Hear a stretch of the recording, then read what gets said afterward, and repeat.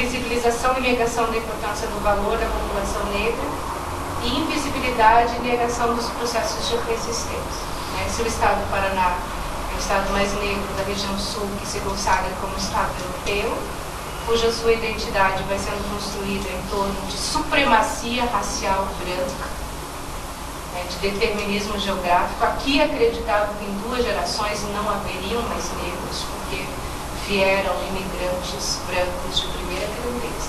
Portanto, em 2 gerações, o Estado seria civilizado, superior, o paraíso terrestre. O Wilson é o país. O sul é o país. E o negro não é imigrante. E o negro não é imigrante. Não, os imigrantes europeus. Então é que a cidade vai sendo pensada, o Estado, as políticas públicas, sempre pensada para o branco, para os imigrantes europeus como centro, a própria construção do planejamento urbano da cidade de Curitiba, que isso já dá mais uma outra conversa, Vamos lá para os indicadores. Barará, pessoal, achei aqui. Olha só, então, da população negra de Curitiba, do Paraná, são dados do IBGE, Então nós temos que o Paraná tem 28,5% de negros, sendo que a maioria, obviamente, são pardos, são negros com a minha tonalidade, por exemplo, Os negros são os pretos e os pardos. São os pretos e os pardos porque, se você for branco, você está numa situação de vantagem, então pretos e pardos estão numa situação de desvantagem quase equivalente, praticamente equivalente. Sendo que em Curitiba, nós temos, Curitiba e região metropolitana, 24,1% da população. Do analfabetismo, então, no Paraná, depois a gente vai chegando na política, eu disse que o problema hoje de analfabetismo no Brasil, no Paraná, é de negros, e são dos negros pretos. Milton Nascimento, negro preto. Benedita da Silva, negra preta. Helena Garcia, negra parda, ambas são negras.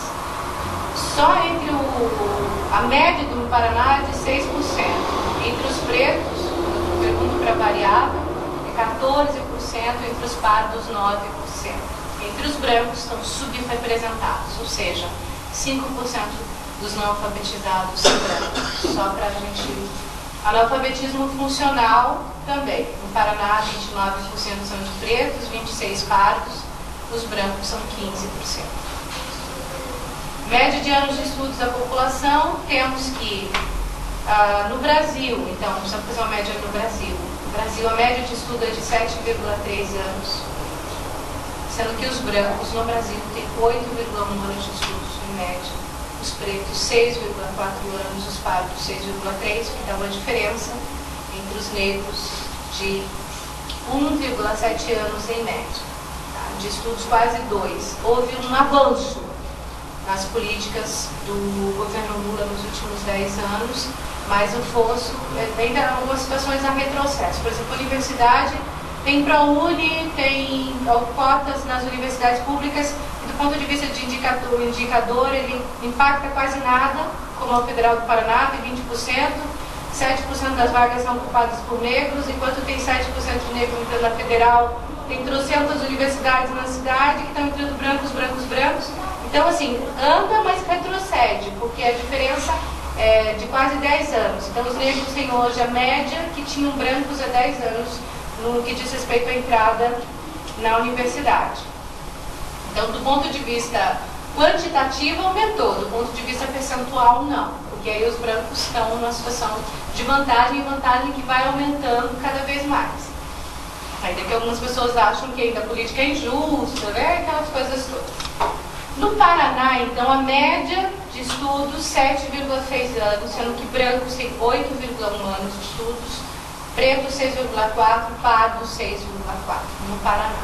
Então, uma diferença de 2,5 anos de escolaridade e vantagem para a população branca no estado do Paraná. Curitiba, região metropolitana, é menos, então tem a diferença de 1,3 anos de estudo. Claro, se são a maior parte dos não alfabetizados, vai impactar o percentual. Agora vamos cruzar renda e anos de estudos, então, se não tiver muito cansativo para vocês. No Paraná, anos de estudos dos brancos é de 8,8 anos, renda 3,4, salários mínimos. Já entre os pretos e pardos, portanto, os negros, eu tenho 6,8 anos de estudos e renda de 1,8 salários mínimos. Vou repetir só a renda. Errado, gente. Volta tudo. Falando do Brasil aqui. Desculpe. Paraná, 8,8 anos de estudos para os brancos. 3,4 salários mínimos para os brancos. Agora sim. Negros têm 6,9 anos de estudos e 2 salários mínimos de renda. Significa dizer que no Paraná, negros recebem em média 1,4 salários mínimos. Isso tem relação direta também com os processos disputados e admissão entre um branco e um negro, a vaga do branco.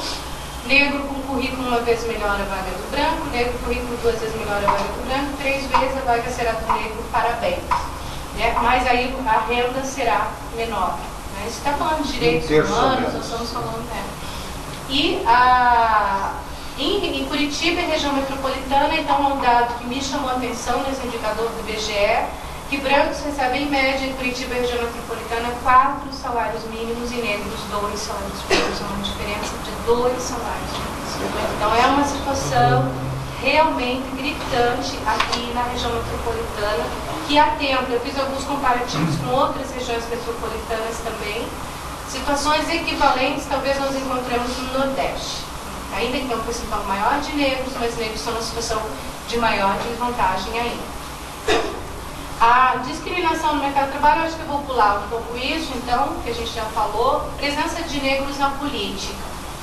São dados do Laeser, que é o Instituto 2007-2008, negro no primeiro escalão do governo federal. Todo mundo pensa assim. Essa discussão, o Sarney, então, tinha um projeto de cotas já de ações afirmativas, desde longa data, acabou a ditadura, não foi isso, né? Os movimentos sociais negros começaram a se organizar na década de 70.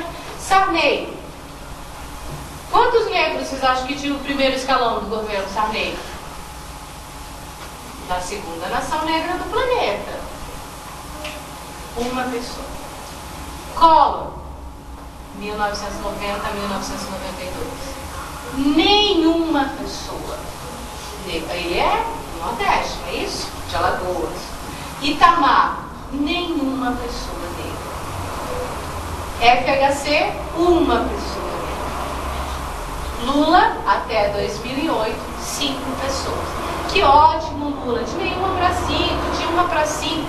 5 também.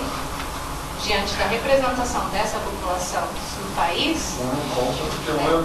Bom, aí nós temos que ver como é que funciona a estrutura do partido, a CUT, que deu normativa, como é que os partidos seguem, obedecem, discutem, se não discutem, a gente também já sabe que às vezes eles brincam de discussão de racismo.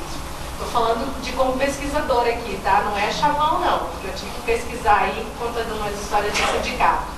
Eu queria descobrir qual era a discussão de alguns sindicalistas ligados à CUT e a CUT e a Força Sindical.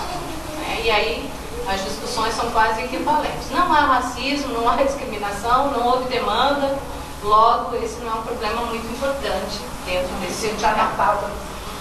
Bom, dos 513 deputados, dados de 2006, está defasado, né?